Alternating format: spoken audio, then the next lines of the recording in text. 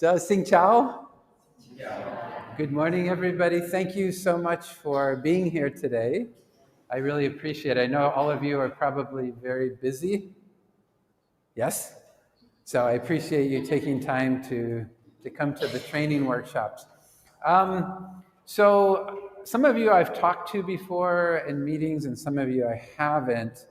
But what we're going to do today and tomorrow is we're going to look at the main book, which I will give you a copy of in 1 minute.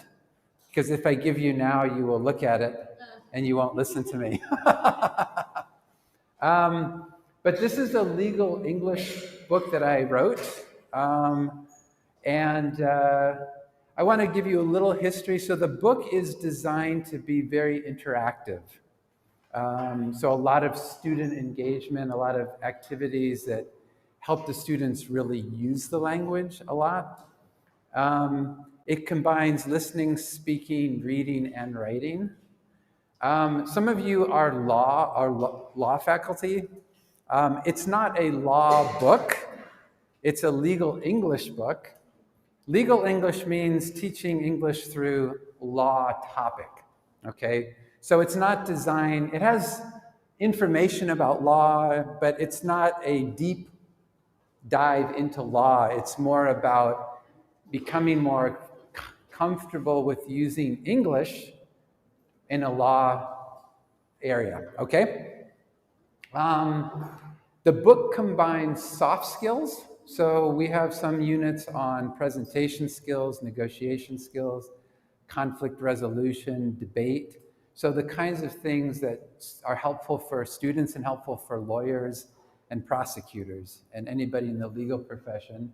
So we have soft skills, and then there are some units on criminal procedure, civil procedure. There are mock trials, a little bit of international law, business law, and a little bit of contract law. Okay? So that's kind of an overview of the book.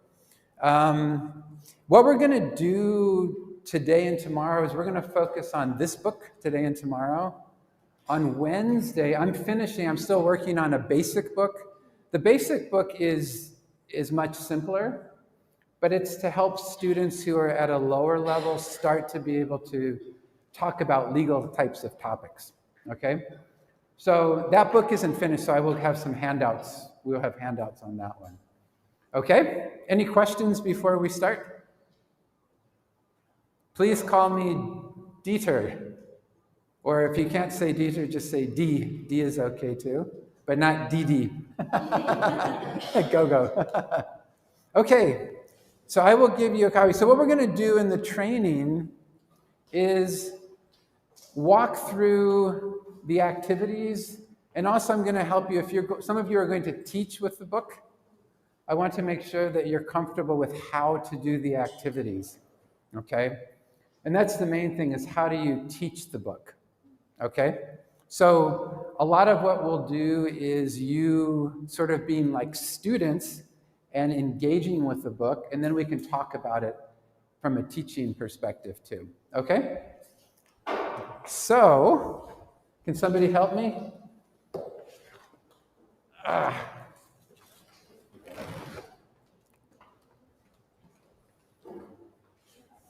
The books are very heavy. May I take a look at that? Yeah.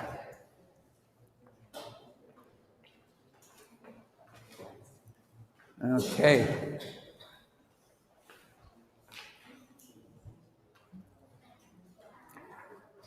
All right. I know all of you are going to start looking through the whole book right now, but what we're going to do is we're going to start with Unit 1. Unit 1 is called Interesting Laws. The purpose of Unit 1 really is to get the students excited about the course. Because sometimes students think, oh, legal English is going to be maybe a little boring, right? So Unit 1 is designed to make the students really get interested, okay? So it's a fun unit. It has a lot of fun activities. And so let's go ahead. If you turn to page number, hang on, let me find this. Oh. If you go past the beginning, past the table of contents, and Unit 1 is on page 8. It says interesting laws. Does everybody have that? Okay. So this is kind of the introduction for the students again. So we start with the discussion. A couple questions for the students to discuss. Why do we have laws? Good question, right? Why do we have laws? Anybody? Why do we have laws? To make people go with the right things. Make people do the right things? What else? Decrease the percentage of delinquency of the crime. So decrease crime. Yeah. What else? Protect ourselves. Protect ourselves. Yes. Keep social order. Great. So, and you can do this if you're teaching. You can have that. You can do it like this with the whole class, or you can put students into groups and just have them take a minute. And do you know of any laws in Vietnam that are strange or unusual or interesting? Any that you know of? The United States is a very crazy country, so we have very crazy laws. But anything? You may not know of any that are, maybe they all make sense here, right? Okay, but what we're going to do next, this is fun. So a lot of times with reading, when you teach something and you want the students to read, oftentimes they just read and what do? Then they answer questions or read and talk about vocabulary. So reading, is that exciting for students? No. Not at all. Sometimes. It can be, but oftentimes it's not so engaging, right? Okay, depends. On what? On the content of what they read. Okay. Yeah. It can depend. Some students get excited about reading, or maybe something's really interesting. But what we're going to do today is we're going to do a reading game that's really fun. Okay? So whether you think reading's exciting or not, this will be a very exciting way to do reading. We're going to start by making predictions. And when we make predictions, do we know the answer? We guess. Yeah. So is it okay if you don't know? It's okay, right? We're just guessing. Okay? What I'm going to do is put you into, let me see, how do we do this? So you two can work together. You two, maybe you three? You two, and you can work with her, and maybe you can work with these. And what I want you to do you want to do too? So you can join here. Or you two can be together, and you two can. So what I want you to do is, you don't have to write in this because you may want to keep this clean, but with your partner, just guess. Don't circle, just guess. What do you think? What do you think is the correct answer? Okay? So take a couple minutes and guess. What did you notice just now? What did you notice with what you're doing? What's happening? There are a lot of Huh? Uh-huh. There's a lot of energy, right? What are all of you doing? Discussing. Are you having fun? Okay, so we haven't read anything yet. We're just making, but the idea of predictions is to get the students interested. It's like, oh, you probably want to know the answer, right? But let's go through quickly. So what I like to do is after the students discuss, and it's okay if you're not done, I like to go through and see what you guessed. Okay, we're just going to do that. So let's take a look. Hang on. Okay, so number 1 says, which of the following is a law in Arizona? It is illegal for a donkey to sleep in a bathtub. It is illegal to use goldfish as fishing bait, or it is illegal for dogs to sleep in a doghouse. Who thinks A is the answer? Who thinks A? 1, 2, 3. Okay, who thinks B? 1, 2, 3, 4, 5, 6, 7, about 7, 8. Who thinks C? 1, 2. Okay, so what you notice is some people guess A, some people guess B, and some people guess C. So we don't know, right? It's just fun, but it's fun for everybody to see, like, oh, what is it, huh? Which of the following is a law in Connecticut? Farmers must donate 1% of their crops to charity. Smelly foods are not allowed in elevators. Or pickles must be able to bounce. Who thinks A is the answer? A. 2, 3, 4, 5. How about B? 1, 2, 3, 4, 5, 5. How about C? 1, 2, 3, 4. Almost exactly even. Yeah, 5, 5, and 5. Okay, fun, right? Okay, number 3. Which of the following is a law in Georgia? It is illegal to live on a boat for more than 30 days. It is illegal for boats to use motors in most lakes and rivers, or it is illegal to drive a boat faster than 50 kilometers per hour. Who thinks A is the answer? A? 2? What about B? 1, 2, 3, 4, 5. How about C? Most of you think C? Okay. Number 4, which of the following is a law in Hawaii? It is illegal to sing in public after 10 p.m. It is illegal to put a coin in your ear, or it is illegal for buildings to be more than 5 feet taller than palm trees. Who thinks A is the answer? 1. Who thinks B is the answer? B? No B's? What about C? Almost everybody thinks C. Okay. Number 5, which of the following is a law in Indiana? It is illegal to ride a scooter on city streets. It is illegal to ride a horse faster than 10 miles per hour. 10 miles per hour is 16 kilometers per hour. Or it is illegal to ride a skateboard to school. Who thinks A is the correct answer? A? Nobody. You're like scooters. B? Many B's. I didn't know anything about India, but I can watch the Western film Ah, and people ride horses. okay. What about C? C? We've got a couple C's. Okay.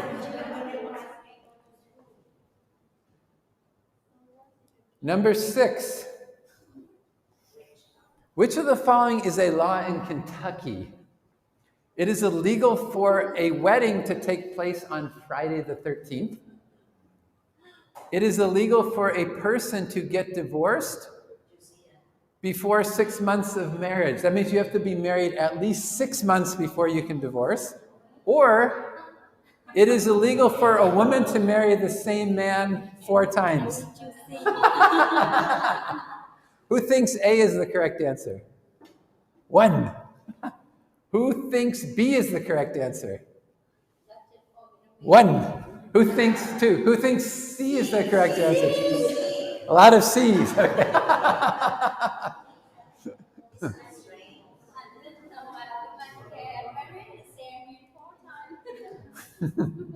Okay, which of the following is a law in Pennsylvania?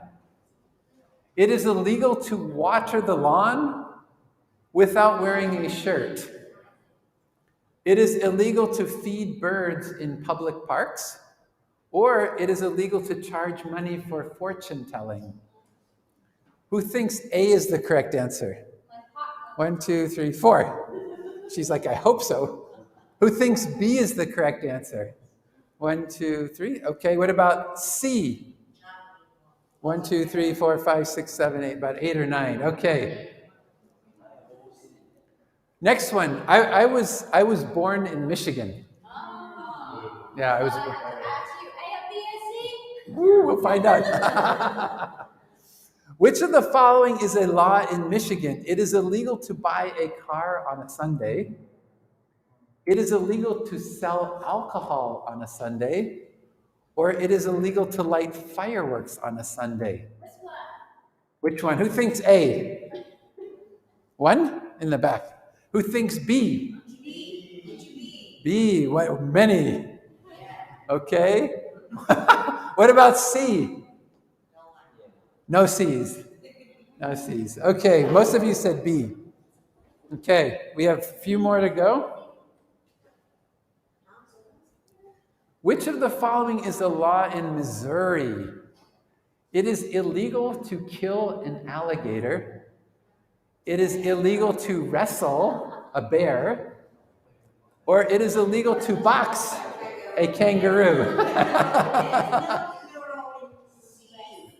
Huh? Okay, well, we'll see. Who thinks A is the correct answer? A.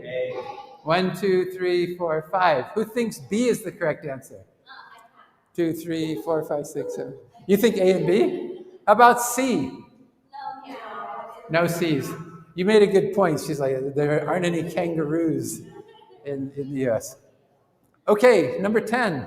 Which of the following is a law in New Hampshire? It is illegal to ride a horse before 7 a.m. It is illegal to pick up seaweed at night. Or it is illegal to sell alcohol after 11 p.m. Who thinks A is the correct answer? A? 1. I like it. She's often the only one. She's like, yes. Who thinks B is the correct answer? 1, 2, 3, 4. What about C? Many C's. Okay. Which of the following is a law in Vermont? It is illegal for a woman to get false teeth without her husband's permission. It is illegal to drive a car at night while wearing sunglasses. Or it is illegal to wear bright colored clothing when attending a funeral. Who thinks A is the correct answer? 1, 2, 3, 4. Who thinks B is the correct answer? 1, 2, 3, 4, 5, 6. Who thinks C is the correct answer? 1, 2. We got a couple. Okay. And last one.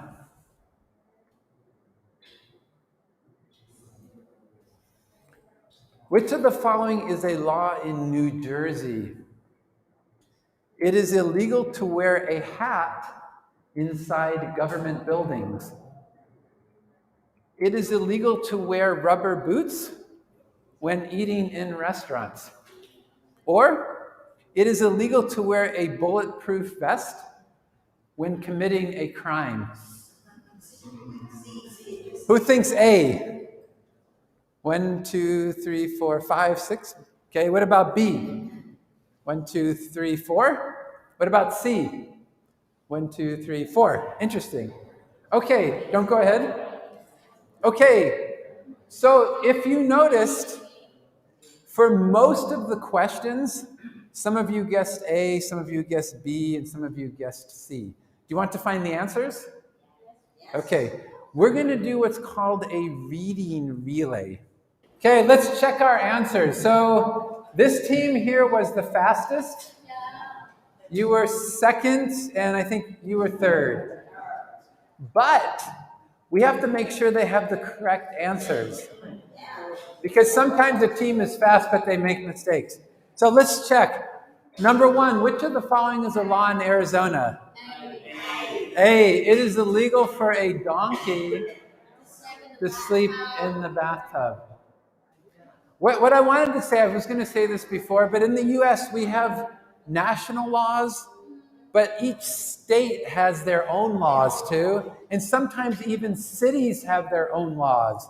So there are many laws depending on where you are. So in Arizona, that is actually a law. Number 2, which of the following is a law in Connecticut? Pickles must be able to bounce. Which of the following is a law in Georgia? A, it is illegal to live on a boat for more than 30 days. Yeah. What about number 4? Which of the following is a law in Hawaii? B, it's illegal illegal to put a coin in your ear. And which one is the law in Indiana? B, illegal to ride a horse faster than 10 miles per hour. Okay, number 6.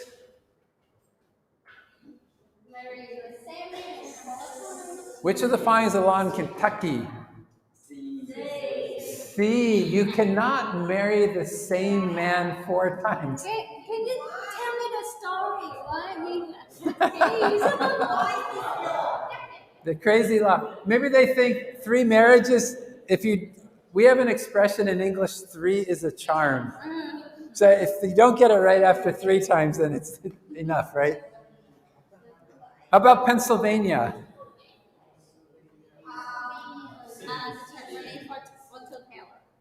Which one? C, you cannot charge money in Pennsylvania for fortune telling.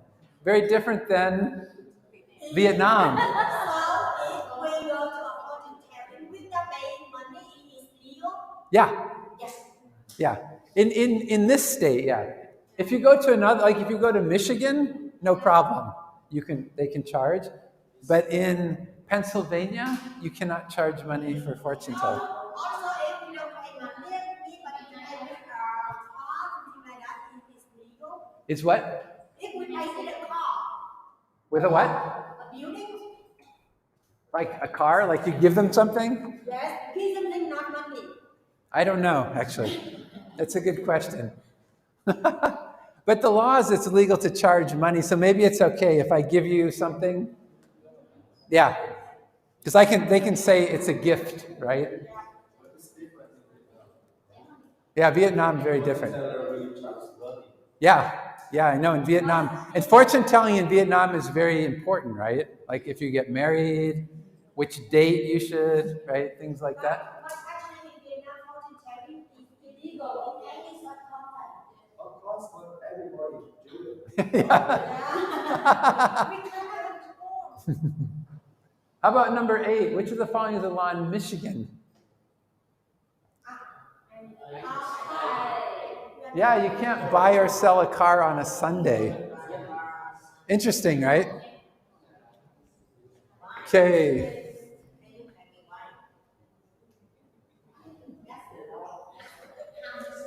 How about Missouri? B, you're not allowed to wrestle a bear. Not allowed to. Why would we do that?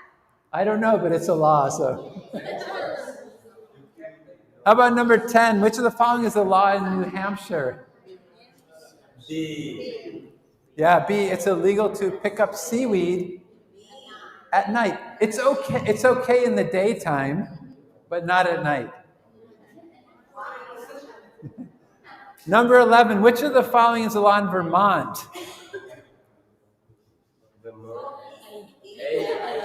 A. Technically, if a woman wants to get false teeth, she has to get her husband's permission. Yeah, crazy laws. Your husband didn't want to die soon. Usually, most of the laws that are here came about because something happened, like the donkey one. It's a silly law. So in Arizona, there was a flood. And this man had a donkey, and the donkey used to sleep in the bathtub. When there was a flood, the bathtub got pushed away in the flood, and the donkey was inside. So they made the law. So a lot of laws come, and probably in Kentucky, maybe there was a case where several people kept marrying and divorcing, and they're like, oh, that's too many times. So they created a law. So usually the laws come because something happened. Something happened that made the law come into existence. So some of the laws seem really silly, but usually there's some reason. And keep in mind but these are laws for specific states, right? So the law that you can only marry the same person 3 times and not 4 only exists in Kentucky. I don't nowhere else in the U.S. The one with the false teeth, that law still exists, but it's not enforced. So nobody does it anymore, but technically it still exists. So it's funny, right? It's like, so, yeah. And the one with Hawaii, so Hawaii used to be separate. Hawaii is a set of islands. When Hawaii became part of the United States, they used to have their own currency. But when it became part of the United States, they made Hawaiian currency illegal. So people would sometimes try to hide money in their ears so they could keep it. That's how it started. But today, How big the money the coin to put in here? I know, it's strange. That's how I don't know, it's silly.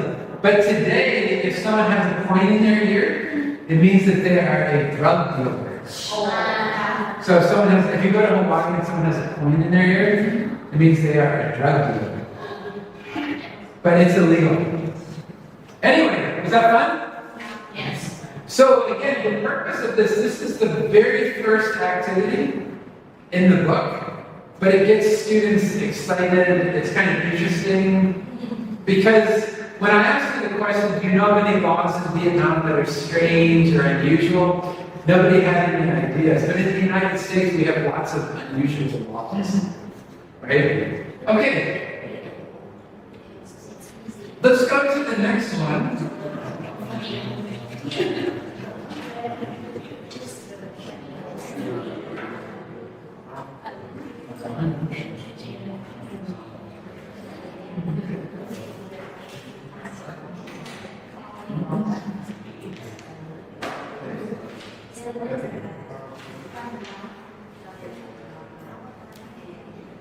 So the next one, we're going to do a listening activity. This one is about unusual laws around the world. And the first part is some vocabulary of some things that come up in the listening that might be unusual. Like, here's an idiom. Nam had a long face after doing poorly on his English exam. What do you think a long face means? Disappointed expression. Someone has a long face, they're disappointed. Okay? Hong gave her boyfriend the silent treatment when he forgot her birthday. What's that? Refusal to talk to someone. Silent treatment. Right? Police often rely on tipsters to locate criminals. What are tipsters? Yeah, people who give information are tipsters. So oftentimes, someone says, hey, I saw those scanners walking down the street. They give information, those are called tipsters. Like, kind of like witnesses. Yeah. Some politicians can be morally lax, even though their constituents want them to have integrity. What is that? Careless. Lax.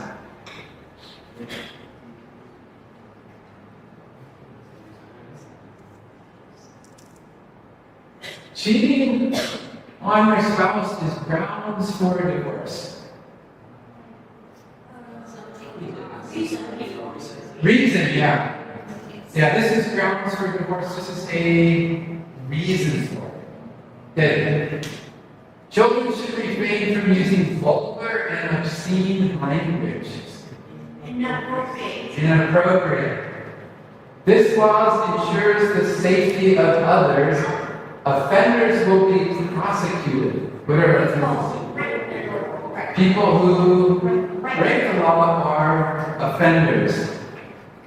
Good. People who have a potty mouth often swear. What is a potty mouth? Tend to use bad language. Potty mouth. The word potty, like children sometimes say, "Mommy, I have to go potty." Yes. They have to go to the bathroom. Yes. Yeah, so that's why it's like potty. Okay. All right. Did everybody have a good lunch? Did you take a nap? Yes? Some of us didn't have a nap, so some of this side will be sleepier. Okay. So we went through kind of the first unit more in depth, but obviously we don't have time to do every single unit. So what I want to do is kind of go through some highlights or go through activities that I think will be more challenging, especially for teaching. But we can still sort of walk through each unit. But unit 2 is on debate skills, which is a really good unit for students. The first part we won't go in depth, but the topic in this unit is going to be, it has to do with animal rights and whether animals should be used in testing. That's kind of the topic. And then everything kind of centers around that. So at the beginning, because the topic of the debate that they're going to do is on animal testing, then kind of the preparation activities have to do with talking about animal rights. So if you go to page 16, you're already on 16. Already there. So we won't do this in depth, but it starts out with a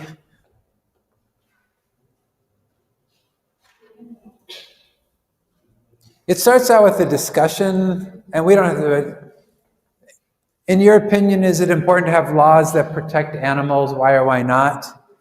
Are you aware of any laws in Vietnam that protect specific creatures? Which animals need more laws? So getting the students kind of thinking about the topic of animals and animal rights and laws. So we won't do that right now. And then we're going to go through the same thing. We're going to do predictions again. So the predictions, this is a video on different countries and animals. So it's kind of similar to what we did before. But in this case, students make predictions and then they're going to listen. So it's kind of combining some of the things we did before. Before we did predictions and reading. This time we're doing predictions and listening. So some questions. So which of the following is true about Thailand? They don't allow tigers to be held in captivity. They have sanctuaries for elephants, or they have protected marine areas for great white sharks. So the students do the same thing we did before. They make predictions with maybe a partner or a small group.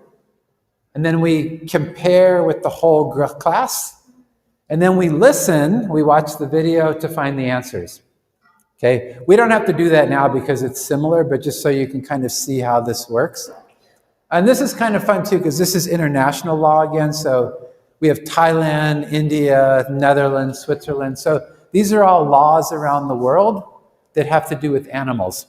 Okay? So kind of fun. And then it's a lot of questions. So they watch it. And then, remember before we did detailed listening too? So the first part, they listen, they make predictions, they listen. Then they listen again for details. So we have a detailed listening. So, for example, number 2, what is the punishment for killing a cow in Gujarat, India? What's the punishment? So they have to do more detailed listening, okay? So same types of activities. Again, we don't have to go through all this, even though it would be fun. But you can kind of see, so this sort of builds our topic of animals and animal rights. And then we're going to do another thing. This time we're going to make predictions about debates. So they try to see what they already know. So again, a lot of engagement with the students. So which of the following is the best definition of a debate? Or what is the theme or question in a formal debate called? And they probably don't know this. True or false, the topic of, so they kind of go through. And then this is another listening. So we have 2 listenings in this one. Okay? And then we get into debating. So now that we've watched, so the first video is animal laws and animal rights. The second video is debate, on debate. And then we get into a discussion. And these are law students. Why is it important for you to be a good debater? You know, getting the students to think about, well, why am I doing debate? So why do you think? Why is it important for law students to be a good debater?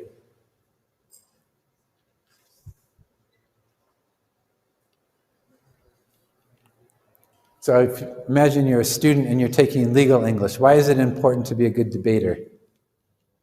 To persuade people to believe you and they can Yeah, follow what you say. persuade people to believe you. What else? To win a case. To win a case, yeah. Because when you debate, what's the purpose of a debate?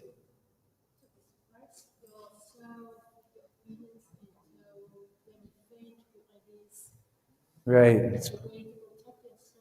Okay, good.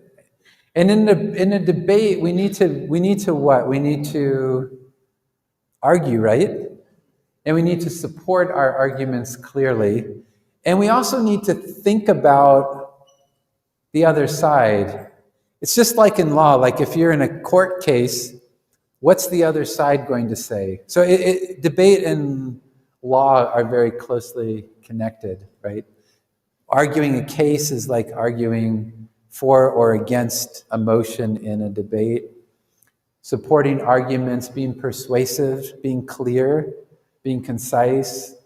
Understanding the other side is also important. Same thing in law, right? If you have a client, right, this is my client and I think he's innocent, but you're the prosecutor and you're going to try to prove that he's guilty, I need to understand your side too. So it's really helpful. Debate is really helpful. So the idea here is to get students thinking about like the importance of debate and getting them to talk about it. Okay? But then we're going to get into a debate. And so there are different debate structures. Not every debate has the same structure. But for this one, we're going to divide it into 3 parts. So that way, in a team of 3 students can talk. And this is on page 22. So there's going to be an opening statement, a rebuttal, and then a summary and conclusion. Oh, I made a mistake there. It should say 2 to 3 minutes, not 33 minutes. I missed that. Before I had 3 minutes, and I changed it to 2 to 3, but okay, 2 to 33 minutes. Okay. Sometimes in a debate, maybe the debaters only talk twice. But I'm thinking here we put the students into groups of 3. One person makes an opening statement. One person rebuts what the other side said, and then a final summary conclusion at the end. Okay? And that way we can have more activity. And so this unit, now it's building into, let me kind of show you here. So if you look under the debate structure, it gives the example of an opening statement.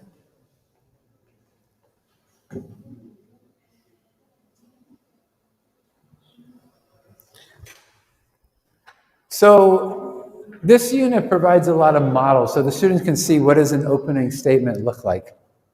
Okay? So here's an example. Good morning, everyone. My name is Lam Nguyen. This is Oh, Zung. We're in the south, so it's Jung, right? Jung? Jung. In Hanoi, it's Zung. And this is Hung Chan. Chan? Chan? I know, the pronunciation here is different. I have a northern accent. Regarding the motion of whether, now the example here is going to be on the death penalty because their debate is going to be on animal testing. So the examples here, it's a different one, but it sort of gives the structure of whether the death penalty should be abolished. We are in favor of this motion. There are 3 specific reasons that we would like to discuss today. So kind of giving them the structure, right? First, if you notice too, the keywords first, second, finally. So we're giving them the structure of how do you make an opening statement. So they see a model, and then they can prepare an opening statement on animal testing, okay? We don't need to go through all of this, but it kind of gives them the structure so they know how to do it, okay? I'm kind of going through this one fast, but I want to kind of show you. And then in summary, so this is how they do it. And then there's a chart here that they can use to prepare. So they put their supporting points and some details and things. So this way they can structure their information to prepare them for. So this is something you can do in groups, right? The students can work as a team and put down their main points, okay? And again, for our debate, we're going to do, should animal testing be abolished, okay? And so then they could write down the maybe three key points, and then some details, okay? So you can do this, we're not going to do this now, but you can have them do it in teams, and then they work together. So this is where the interaction comes in, okay? Then on the next page, page 24,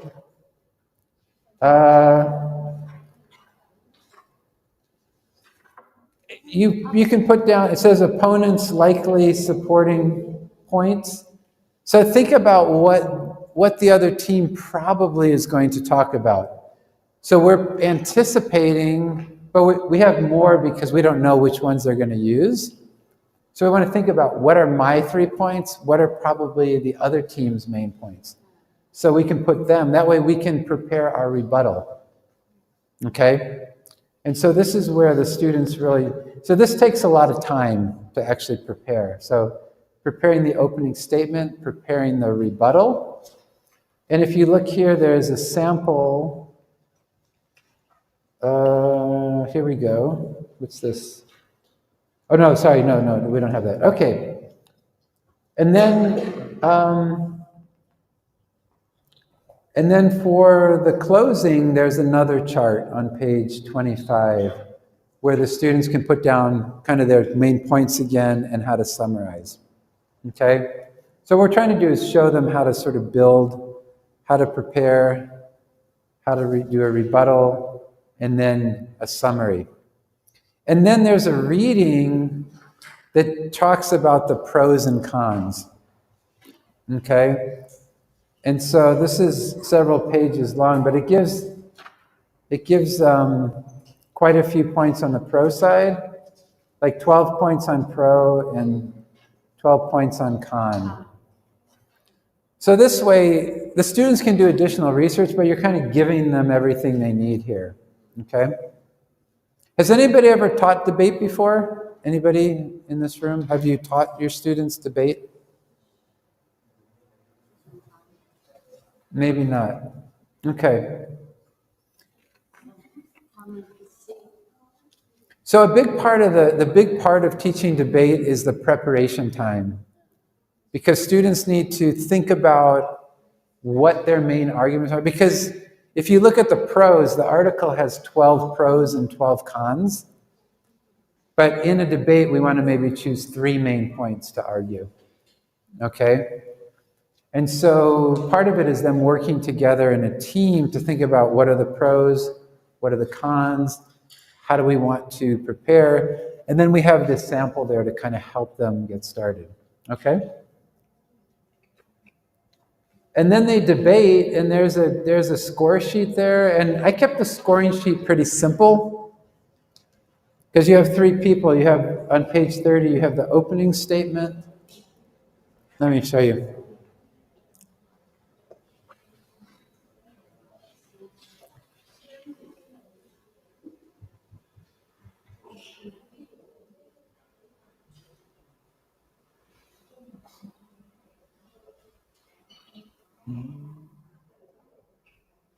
Oh, here. So the scoring sheet only has 3 main points. How comprehensive was the student? How persuasive? And how well they delivered their part.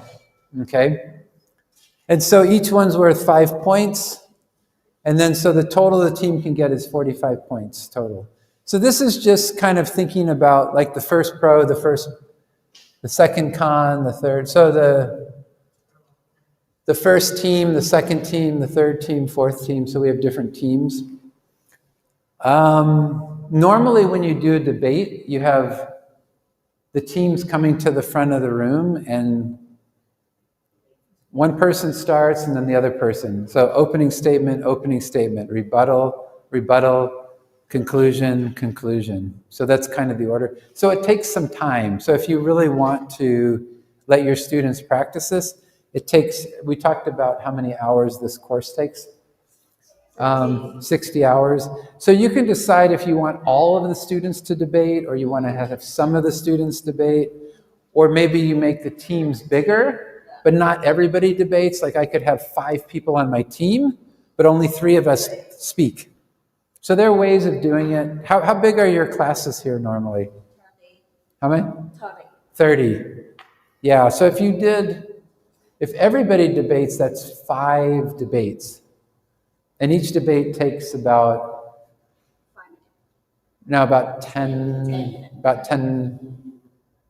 12 minutes maybe. So say 15 minutes. So it can take a while to get through 6 or 5 debates. But you can do that. It's definitely good practice for the students. But these are always things with thinking about how much time you want to spend. But it's a helpful skill for them. So it's helpful to have all students participate if you have time. Okay? And then the last thing on page 31 is a writing where they write about one side, either for or against, and they support. Okay? So I would say I didn't plan to do this because it takes a lot of time. But if you think about kind of the structure of this unit, we're starting with laws about animals around the world. Then we move to debating. Then we move to specifically to preparing for a debate on animal testing. Then the students do the debate, and this could be homework they could write. But I think if you're doing a 60-hour course, you have time to let all of them debate. Or, like I said, you can have bigger teams and not have every person talk. But I think it's helpful for them to get the experience of doing it. And make sure in a debate that each student does one part. Because you don't want, if you're the best speaker in my group, you shouldn't be the only, all 3 of us need to talk to give the students the experience. Do you have any questions? I know we went through this kind of fast, but I wanted to just kind of walk through it. Questions on how to teach debate?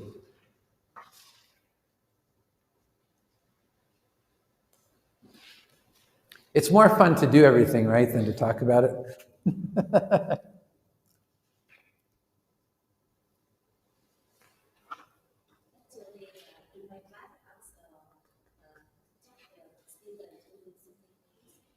Oh, you've taught it, okay.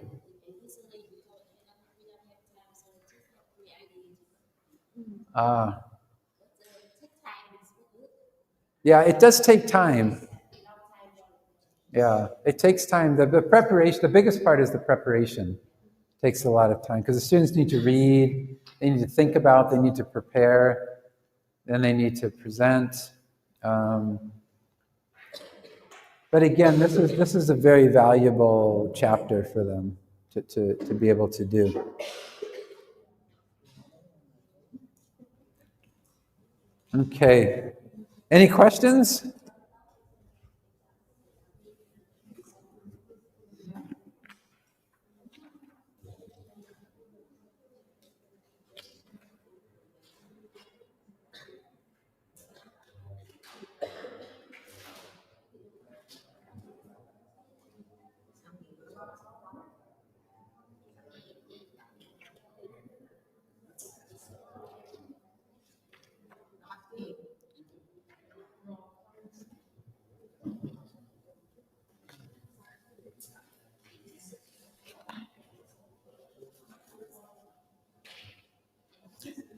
Something else. So if you notice, there are times, right? So opening statement, 2 to 3 minutes, rebuttal, 2 to 3 minutes, closing, 1 to 2 minutes. Is one thing you can do is have timekeepers. Have a timekeeper so that someone in the class is responsible for putting up like the time, because we want to be really good with time. We don't want a student to talk for 5 minutes. So we will stop them after, say, 3. If it's 3 minutes, they have to stop. Okay? All right. Let's get to negotiations, because I want to actually have you practice some negotiation stuff.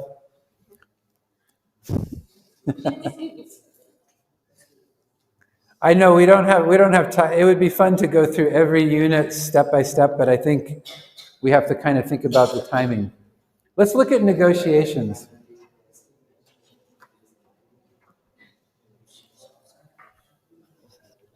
So let's go to unit 3.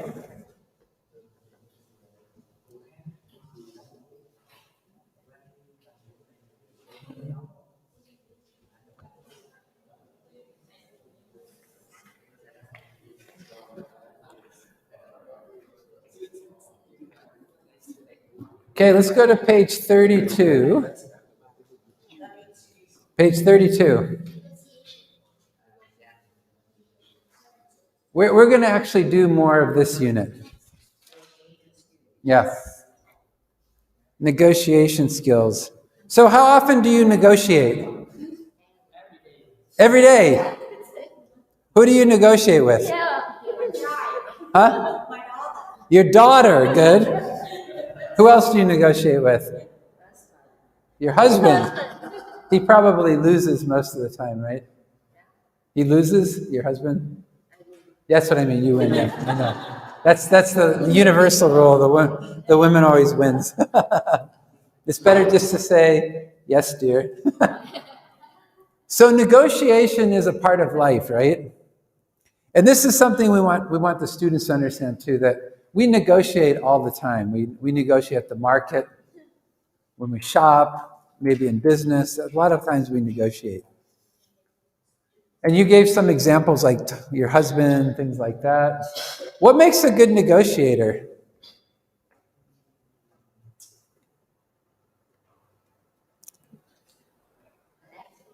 Adaptable? What else? Flexible? Logical. Good. Huh? Fluency. So fluent in talking. Yes. What else? Intelligence? Check our headline here.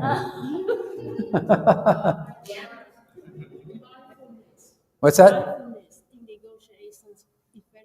What is it? Mindfulness. Mindfulness. Oh, mindfulness. That's good. Yeah. Persuasive. Okay, good. So we have a lot of words. And what's the goal of a negotiation?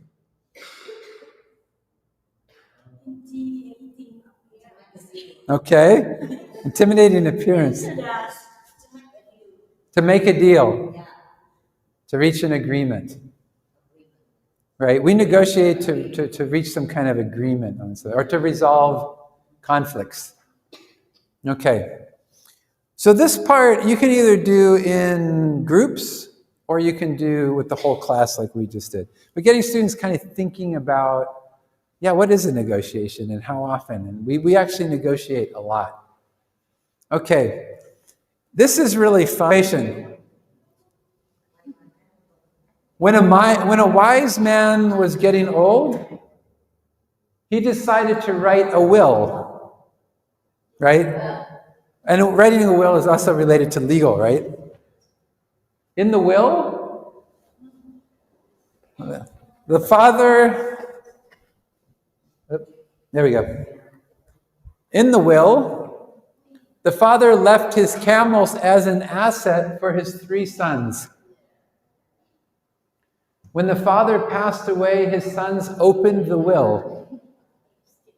The will stated that the eldest son should get half of the camels, while the middle son should be given 1/3. The youngest son should be given 1/9 of the camels. At the time of the father's death, there were 17 camels. What's the problem? There were 17 camels. What's the problem? Right. 17, what's half of 17? Or what's 1/3? We can't divide it up, right? So we have a problem, right? Because we can't divide it. So the 3 sons started to fight with each other about how many camels each one should get. So finally, they decided to reach out to a wise man, an old wise man in the village. So the wise man arrived on his camel and he listened to the problem. Now, what I want you to do with your small group or your partner is figure out how to solve this problem. How do we solve this problem? Go ahead, talk to you 3, you 2. You want to, actually, why don't you 2 talk? So the thing with this activity is, so you came up with a solution. Sometimes students have trouble coming up with a solution, right? Because they're like, how do we do this? So the solution is very simple once you understand it. What did you have to do to come up with a solution? What did you have to do? To do a lot of discussion. Discussion and what else? Listen to Listen. Okay, active listen listen. to my friend. Listen to your friend who already knew the answer, yes? No, I think that in this case, the key part is that you have to find a person that is like have a lot of confidence of the other, so that whatever he said, the other will believe. So this in this case is the wise man. If between the three brothers, one of them say this solution, the other brother won't believe. But this is the wise man who said that. Right, so he's a respected authority, right? He's a wise man. And he also, what did the wise man do? He looked at the situation, he was very creative in his thinking, right? Because sometimes we think, oh, we only have 17 camels, what do we do? It doesn't seem fair, right?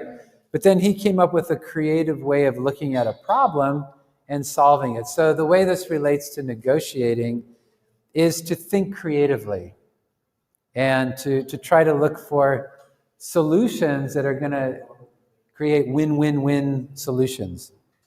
So in the end, right, everybody feels like, does everybody feel happy, do you think? Everybody's happy. They're like, oh yeah, I got 1/3, I got half, I got 1/9. And the wise man walked away with his camel. So everybody came out fine, right? So sometimes we have to think creatively to solve problems in negotiations. Other ideas I've heard, yes?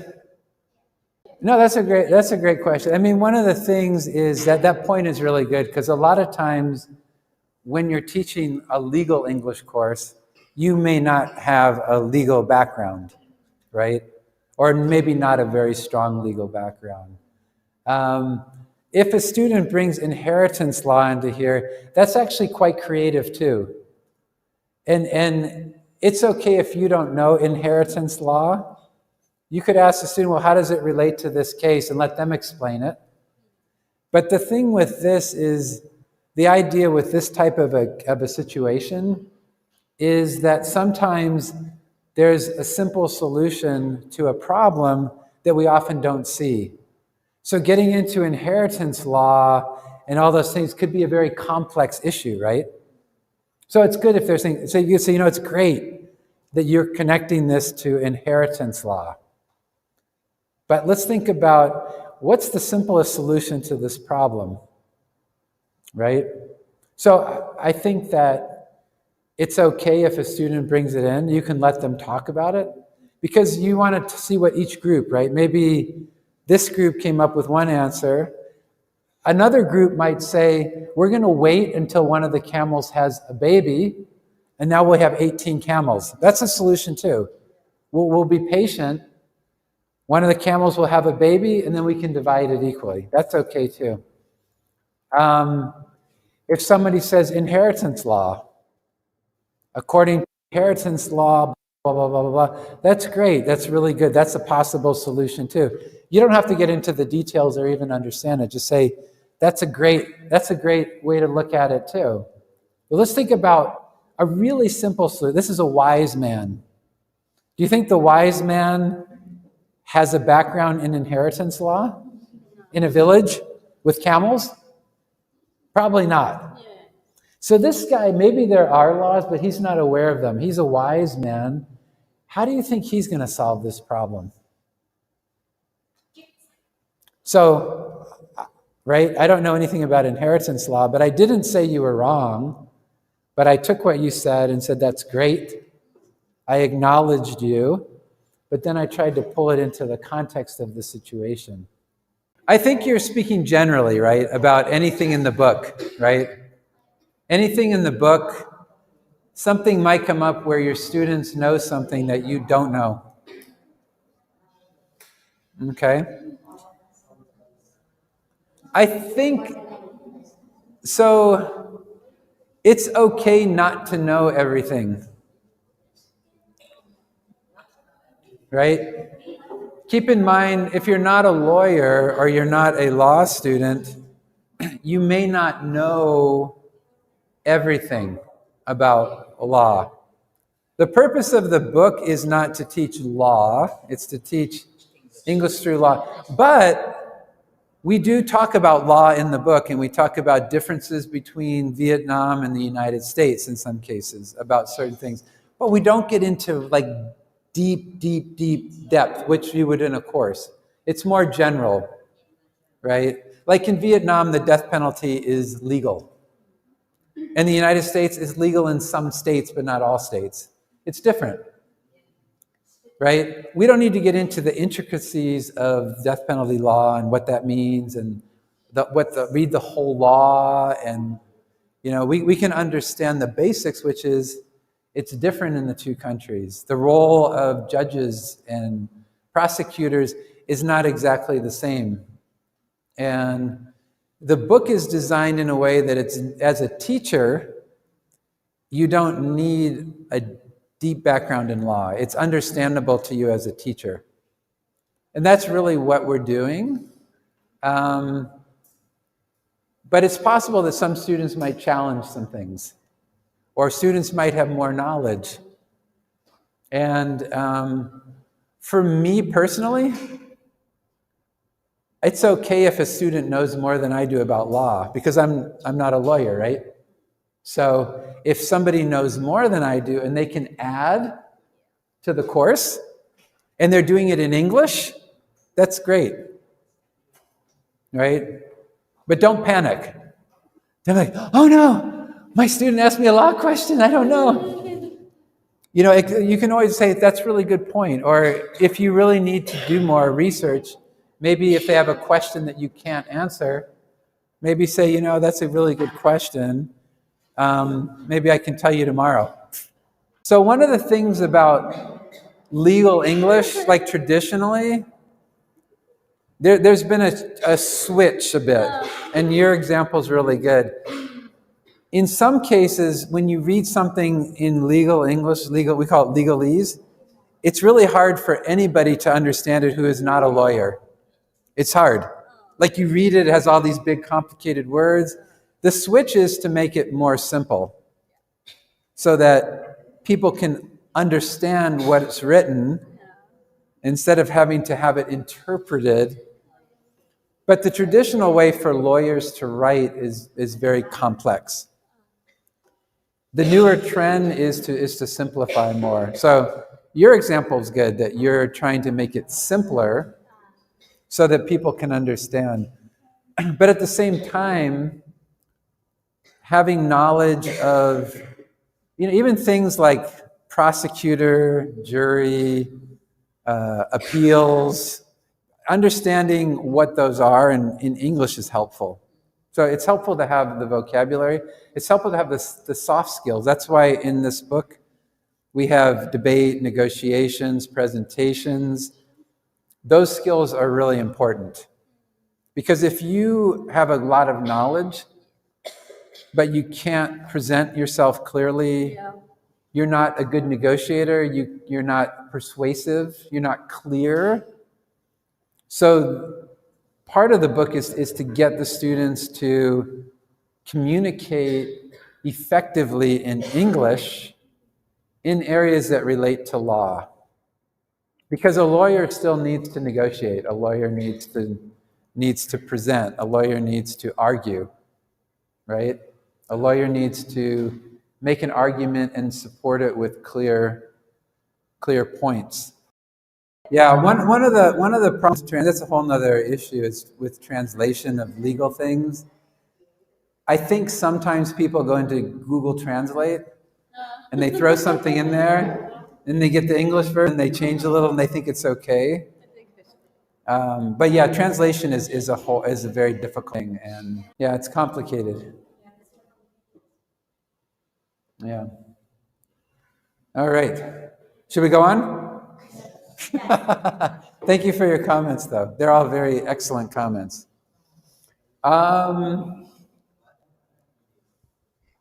Cool. Okay, so on the next page 33. So I was going to sort of get into a little bit about the background of this unit. This unit sort of takes the approach of looking for win-win negotiations. Traditionally based on the Harvard negotiation project in the US is kind of where the idea came from. It's an idea called principled negotiation. And so this unit kind of builds toward this idea of looking for win-win solutions to negotiations. So on page 33, 33 talks about the difference between positions and interests. And this is position and interest when we talk about negotiation. It's different from interest, like I'm interested in baseball or football. It's a way of looking at negotiations. So position and interest are two things we're going to look at. Position is what you want in a negotiation. For example, I want more money. I want a raise. I want to buy this pen for 20,000 dong. That's my position, even in a simple. Or if you're married, I want you to do the dishes. That could be a position. So position is what you want. Interest is the hidden part. It's what's behind. Okay?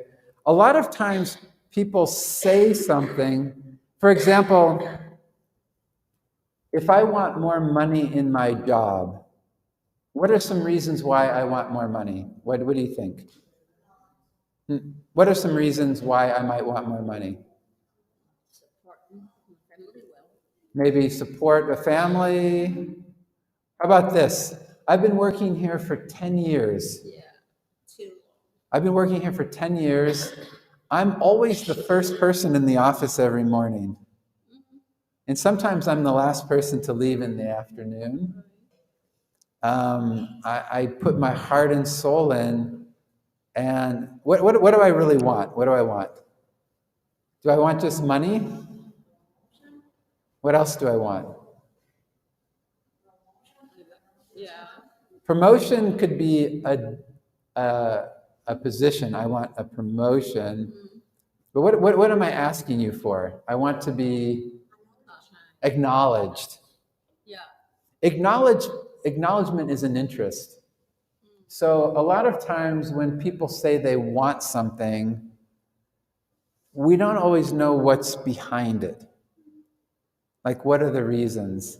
And so interests are really interesting because they go deeper into things. So if I say I want a raise, that's clear. I want more money. Why? Maybe I want acknowledgement. Maybe I need to support my family. Maybe my mother is sick and she needs an operation. Maybe I want to send my kids to the US to go to the university. There are a lot of reasons that are behind it. Okay? And so when we look at negotiation, we want to look at both. What is the position and what are the interests? Because if I want to be acknowledged, is money the only way to acknowledge me? Is that the only way? Mostly, It's one way, but is it the only way? No. one way, the most important way. It can be, but it's interesting. So sometimes people just want to be recognized, right? Giving me more money is a way of saying, I appreciate you. I'm going to give you more money, right? Maybe I'll give you an office with a view. And I'll give you an award for all your hard work. That's another way to acknowledge. So understanding interests and positions is really important. Okay? So let's take a look at the story of John. He's the guy at the bottom of page 33. Right? John, let me get this. John has been working as an associate attorney at a big law firm for the past 3 years. He is usually the first person to arrive at the office in the morning and often the last person to leave at night. His hard work has helped the law firm's partners win multiple cases in court. However, after 3 years in the same position, he feels like it's time for a promotion and a raise, as he wants to be recognized for his hard work and his importance to the firm's success. Moreover, he would like to purchase a condo in the near future, and he needs to earn more money for his down payment. So what is John's position?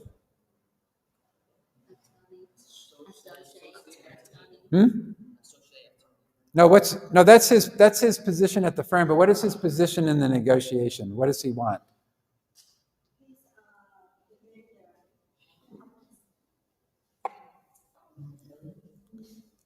So this is why, so these words have multiple meanings, right? Position can mean, what is your job? What is your position? I'm a professor. I'm an associate dean. That's my position. But in a negotiation, your position is what you want. He wants a promotion and a raise. That's his position. Okay. What are his interests? He wants to buy a condo. What else does he want? And he wants to be acknowledged. He wants to be acknowledged for his hard work. So those are his interests: acknowledgement and money for a condo. Okay? So this is where the words mean something different. So we have to be careful because positions, someone said he's an associate attorney. That's true. That is his position at the law firm. But his position in the negotiation is a raise and a promotion. Okay? His interests are acknowledgement for his hard work and his desire to buy a condo. Okay?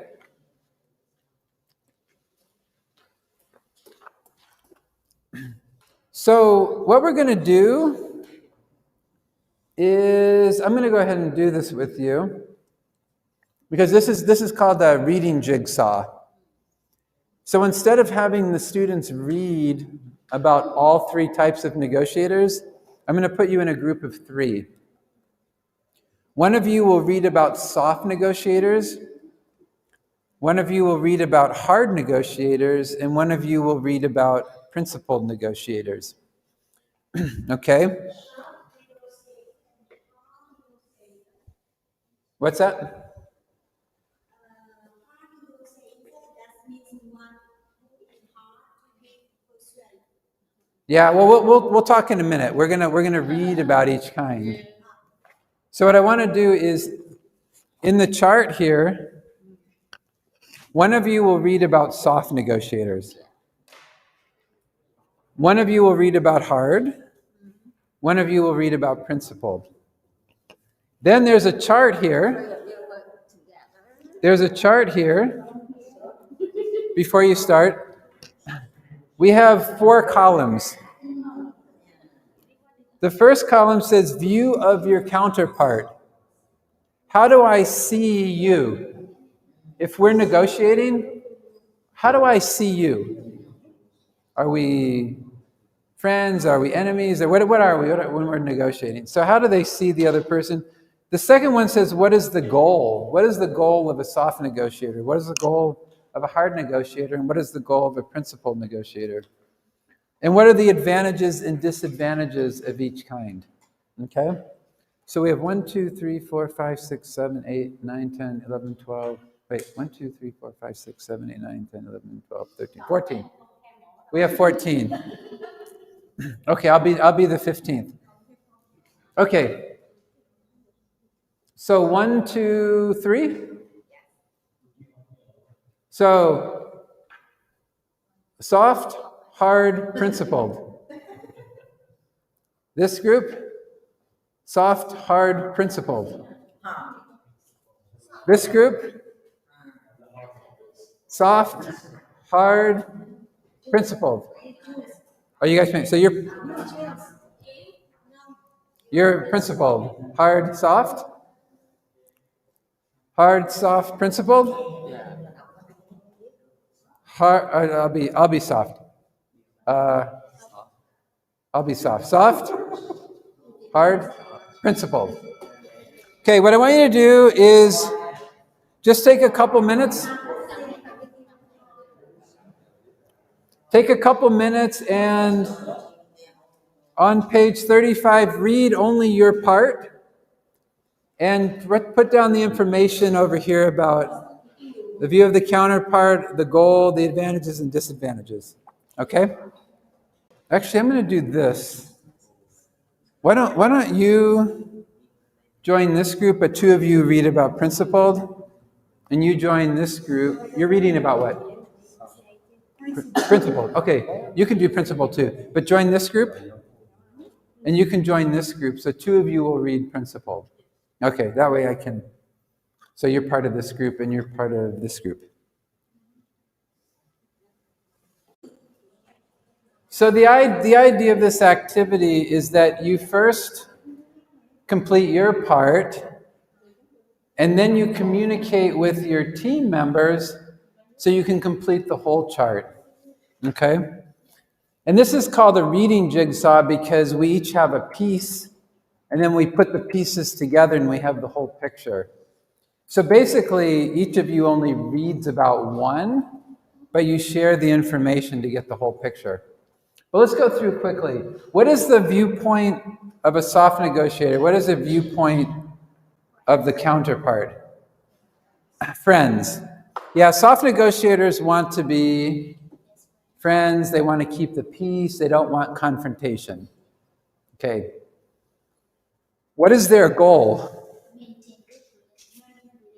Maintain a good relationship and reach an agreement. It may or may not be a good agreement, but they want to be friends. They want to be peaceful. They want a good relationship, and they want to reach an agreement. What's the advantage of a soft negotiator? No, the advantages. Good. They're good at building long-term relationships because they want to be friends, right? Mutual respect, trust. What's the disadvantage?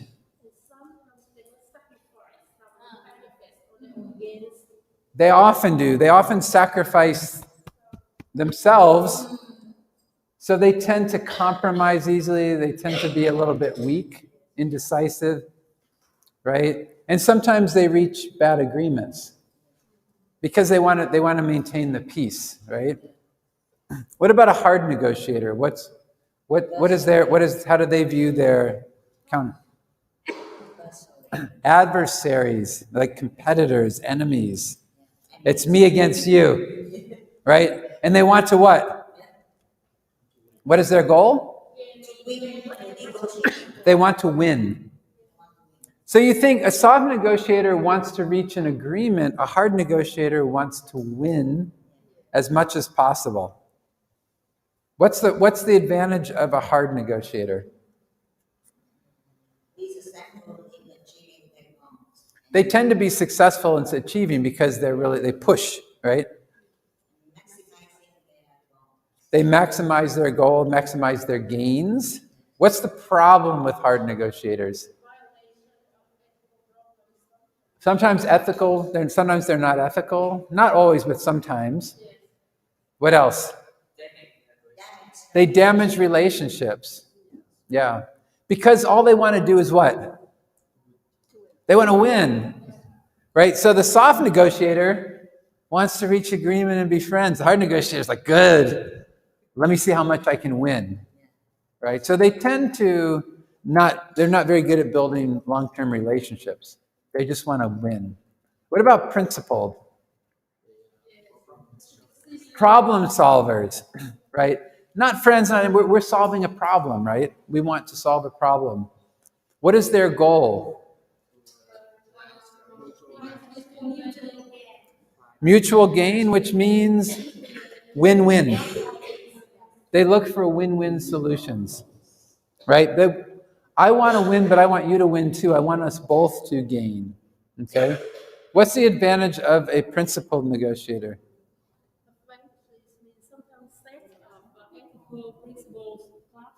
Mm-hmm. But the advantage is what? Advantage is Satisfy the interests of locals. they try to satisfy the interests of both parties. They tend to be creative too. They look for creative solutions. What's the problem? What's the disadvantage of it? It's difficult to persuade the partner because you always catch all the rules of these principles. Yeah. Sometimes it can be, especially if you're negotiating with a hard negotiator.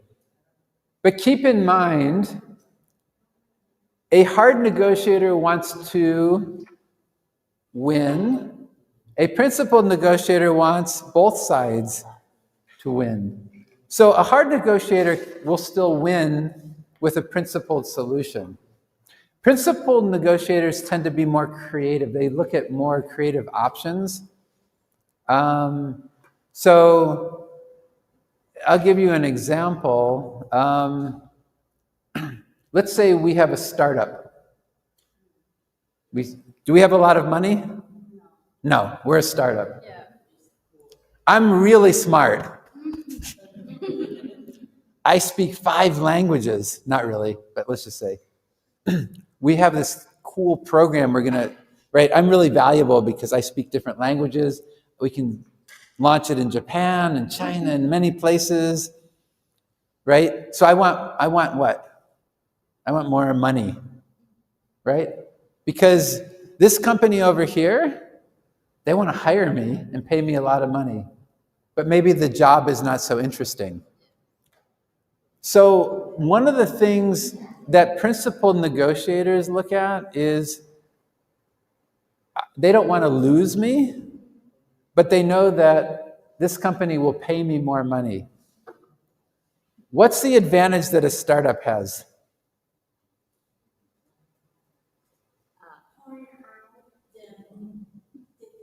The fact that working for this company is not interesting.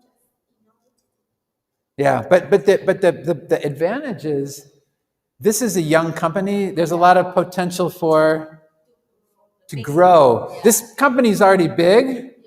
They may not grow much more. So this has a lot of potential. In this company, I can be creative.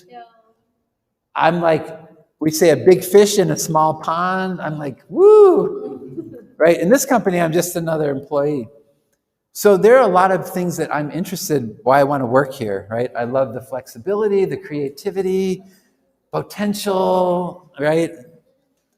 But I want more money. That's my position. Hard negotiators will tend to focus only on the salary. How much can I make? Right? Principled negotiators will try to be creative, right? Maybe they give me profit sharing. So if our company gets really big, I'm going to make a lot of money. So that's a way to make me win without losing. Because if you pay me too much money, then the company might go out of business. So principled negotiators try to be creative. They try to look at, like, my interest is I want to be recognized, but I also have an interest in creativity, being part of something big. So those are all my interests. But I also want to be recognized and compensated for my work. So profit sharing has zero risk. There's no risk, but it has big potential. So profit sharing tends to be a principled solution to problems, because if she can convince me that I can win maybe next year or 2 years from now, our company's going to be huge. 10 years, you're going to be... The people who started with Microsoft at the beginning, they're all multimillionaires because they were there at the beginning and they got some share of the profits. So, or stock options and things like that. So principled negotiators try to get outside of just position. Position is just how much money. But there's a lot of interest there. Do you see? And that's what we want to think about in any profession, is how do we think outside of the box a little? How do we look at more creative solutions? Okay, but it's difficult when you're negotiating with a hard negotiator. The tendency is to also want to be hard. So how do we deal with someone? As long as I win, it doesn't matter if she wins too. I can win more with her solution than just getting more money tomorrow. Okay? So think about that. Okay, I want to keep moving forward. The next part, there's a video that talks about principled negotiations. I don't think we need... If you watch it, you can watch it on your own. We have some vocabulary, and then there's a video that talks about principled negotiations. So then we're getting more information about it. Okay? And then on page 37, there's something called the negotiation canvas. The negotiation canvas is a tool that you can use, or the students can use, to prepare for a negotiation. And what the negotiation canvas does, I wonder if we should watch this. Yeah, why don't we watch this video together? You want to sell this for 10,000? I want to pay 5,000. We settle on 7. That's typical negotiation, right? What this shows us is a very simple example, but that actually, if you understand more about a situation, right? With these two girls, they don't need the whole orange, right? One of them only needs the peel. One of them only needs the pulp. So actually, by exploring different options and focusing on interests, they're able to come up with a solution, okay? Again, this is pretty simple, but it illustrates how the canvas works, okay? And this is helpful because we can look at the position, right? What they want. We can look at the interests. We can look at the best alternative, which is, right? We don't have to make an agreement, right? What's my best alternative if we don't agree, right? And then kind of what do I have? And then we look at possible solutions. And then we come up with a kind of agreement. So it's kind of a nice way to look at position and interests and things like that. Okay? Does this make sense? Yeah. I like this video because it explains it really simply. It's like, oh yeah, I see how it works. Easy to understand, right? We can apply this to very complex situations, but the principle is the same. Okay? So what we're going to do is we're going to do a negotiation that's based on something that actually happened in history. It's a kind of about a border land dispute.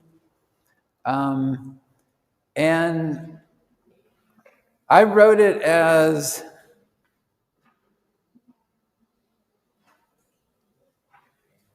okay. So if you go to page 38, okay, page 38, so you're going to take part in a negotiation based on something that happened many years ago.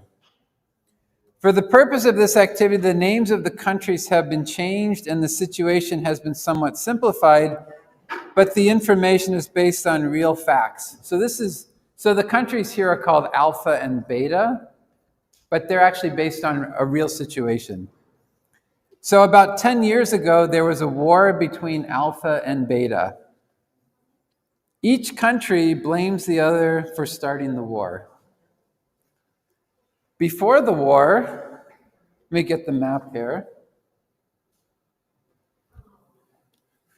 So before the war, the Gamma Mountains, these mountains here, before the war, they had been part of Beta for thousands of years. But as a result of the war, Alpha gained this area from Beta. So we have the new border here, right? So the old border is up here, the new border is here. Now, 10 years later, the two sides are finally sitting down to discuss the situation. As can be expected, Beta would like to regain the mountains that they lost in the war. However, Alpha is hesitant to give the mountains back. Makes sense, right? So why do you think the mountains might be important to Alpha?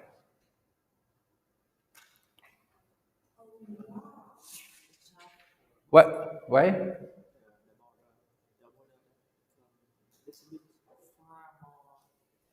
Yeah, it makes the border farther away. What else? What is it? Why are mountains important? Why do you think Alpha might want to keep the mountains? Why are the mountains important? You said it moves the border farther away. What else? More land? But what do mountains provide also? Defense, right? Security, right? More secure. Why do you think Beta wants to get the mountains back? Maybe. Also, what else? Part of the history, yes. It's a part of their history. Thousands of years, and boom, they lost it. So it's part of their history. Okay? So what we're going to do is I'm going to divide you into pairs. One of you will be from Alpha. One of you will be from Beta. We're going to do this kind of fast. With students, you can give a little more time. Your job is to find a win-win solution to this problem. Okay, so this is a map. So you see Alpha, you see Beta. Beta, where's Beta? Beta's on the Oceanic Sea, right? Beta has a harbor. Alpha doesn't. You can kind of look at kind of what's going on around here. So I will tell you which part you have. And do you want some new partners? Maybe move around a little. Okay, everybody stand up and find a new partner. Stand up, find a new partner, and sit down. Does everybody have a partner?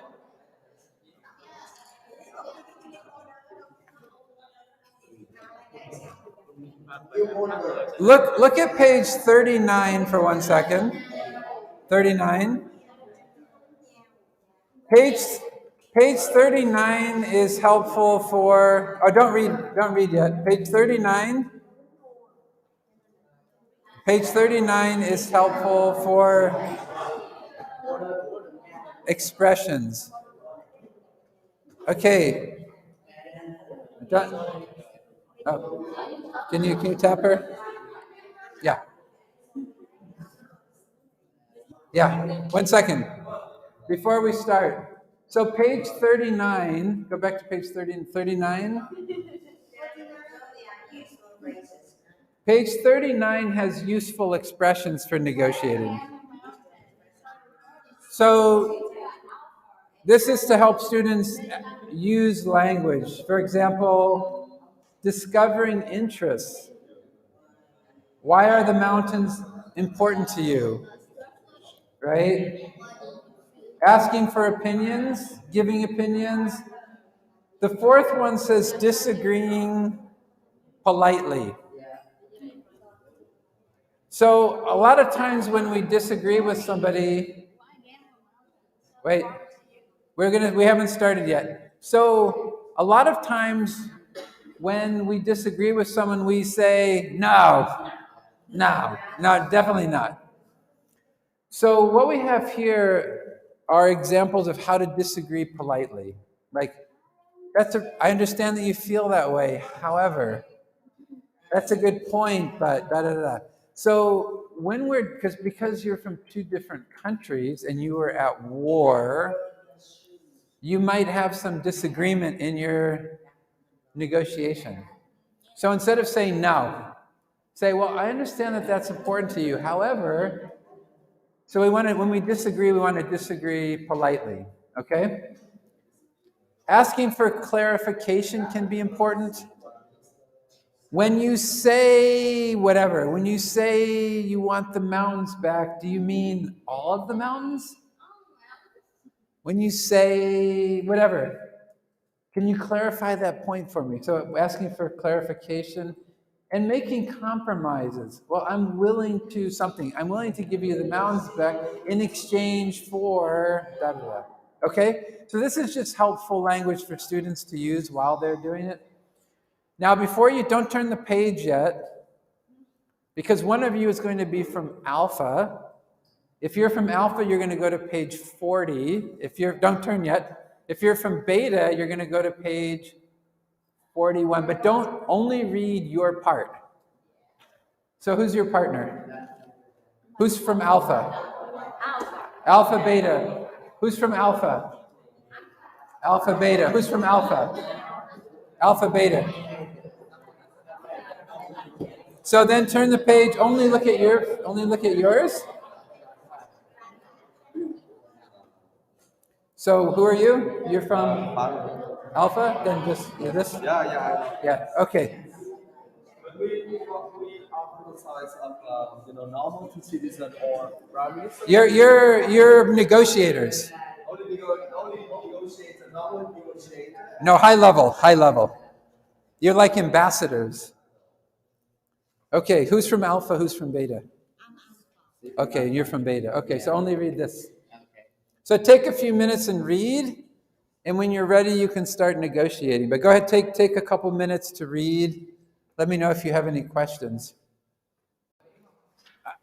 So these guys here, their solution was to go to war.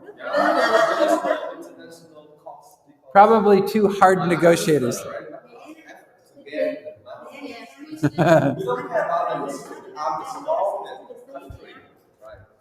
Okay, so you're a hard negotiator. What did you guys come up with? New border. That way. Okay. What did you come up with?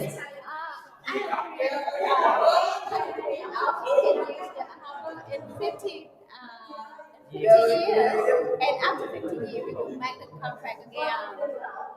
Okay. We have a lot of different solutions. I didn't give you much time. Did anybody cut the mountains in half or anything? You cut the mountains in half? So cutting the mountains in half is kind of like cutting the orange in half. Remember when we watched the video? Cutting the orange in half is not always the best solution, right? So in the interest of time,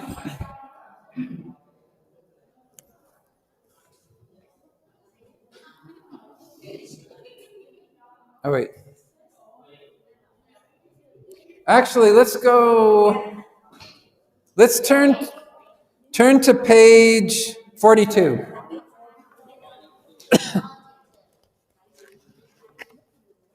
So normally with students, I'd have the students sort of talk about what they came up with and things like that. Usually different teams come up with different solutions.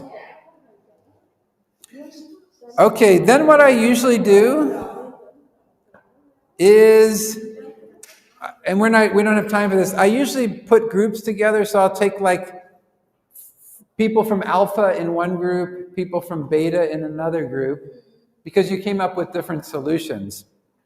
But we talk about these questions. So do you think you found a win-win solution? But question 2, the Gamma Mountains are extremely important to the people of Beta due to their religious, historical, and cultural heritage. Do you think that Beta citizens would be satisfied with an agreement that does not return all the mountains? What do you think? Will the people of Beta be happy if you give them some of the mountains or access but not the mountains? What do you think?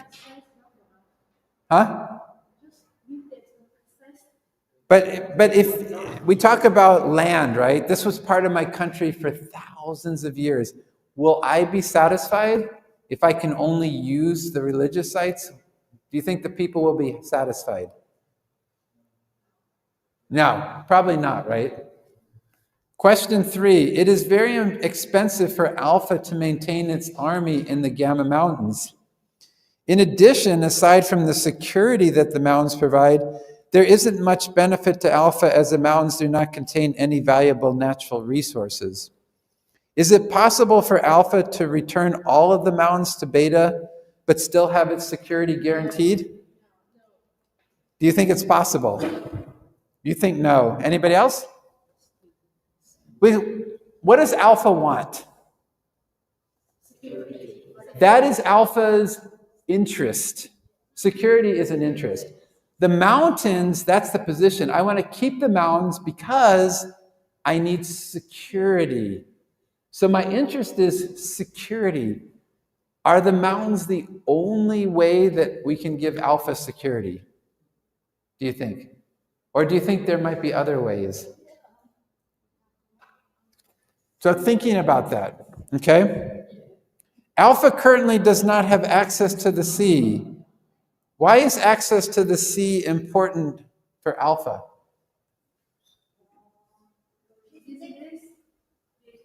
Business, trade, economic benefits. Okay. So what I do is we talk about these as a group or maybe in small groups, and then I have the students go through again and come up with the best win-win solution. So with the Gamma Mountains, what do you think is the best solution? Alpha keeps them or Alpha gives them up?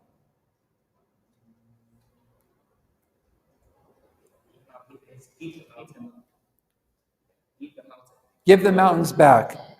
What about the harbor? What should Alpha get? Use of the harbor? What about security? That's the big thing. How do we guarantee security?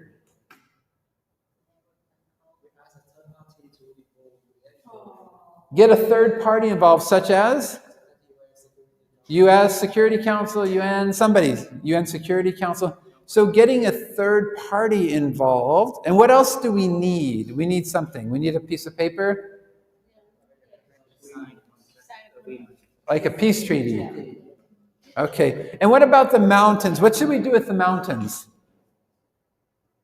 Because right now, if we give the mountains back, what will happen? What can Beta do? Well, they can put their army back in the mountains, so that doesn't feel safe. So what can we do with the mountains?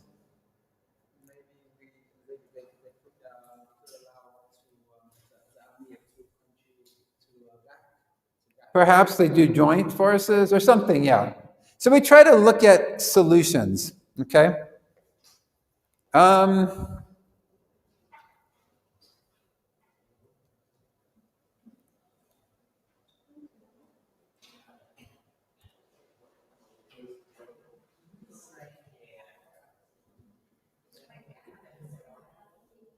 So I'm going to tell you what happened. So here's what actually happened. In 1967, probably before all of you were born, there was a war in the Middle East called the Six-Day War between Israel and some of the other countries, including Egypt.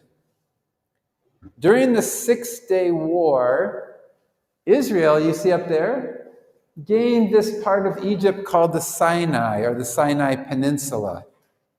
Okay? The Sinai Peninsula was a big, important part for Egypt, for cultural reasons, historical reasons, and religious reasons.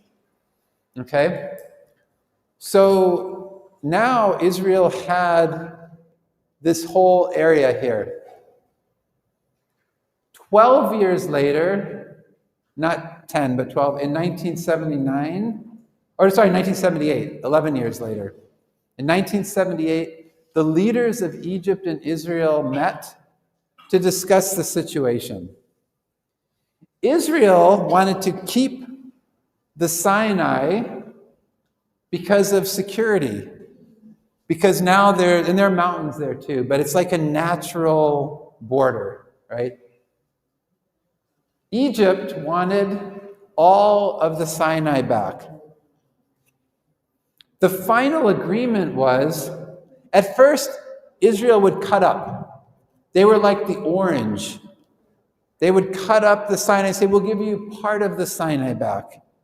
Egypt said, no, right? Because Egypt wanted all of the Sinai back.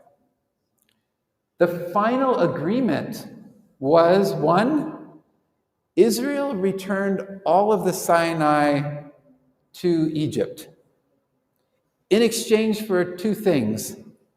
Number one, actually a couple things, three things. Large areas of the Sinai were demilitarized. So a lot of the Sinai was demilitarized so that Egypt's army couldn't go to the border. Second, they signed a peace treaty backed by the United States. So the third party idea. The United States backed the peace treaty. And the third thing is, right here is the Suez Canal. I can't reach it. The Suez Canal. The Suez Canal is a very important canal for international trade. So Israel gained access to the Suez Canal.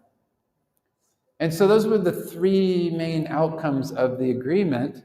And since 1978, the relation between Israel and Egypt has been very stable. Not with the rest of the Middle East, but the relation between those two countries has been very stable. So they found a win-win solution to the problem. And so with students, what we want to do is let them negotiate, give them the information, see if they can come to this agreement by themselves. But then at the end, we look and we say, okay, in the end, the big thing was security, right? Peace treaty, backed by the United States, large areas were demilitarized. Economic benefit, access to the Suez Canal, and for Egypt, the religious, cultural heritage, they got all of the Sinai back. Cool? And what about the right of collecting taxes? I don't know the details on taxes on that. Yeah. I think that their access to the Suez, I think, is not taxable, but I don't know the tax situation.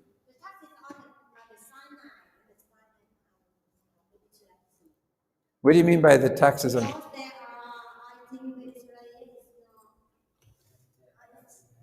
yes, the Sinai Peninsula, there's a lot. There are people living here, they have to do economy, they have to do business, and sometimes even pay tax. But it's part of, it's just part of Egypt now. Egypt, so They pay taxes to Egypt. Yeah.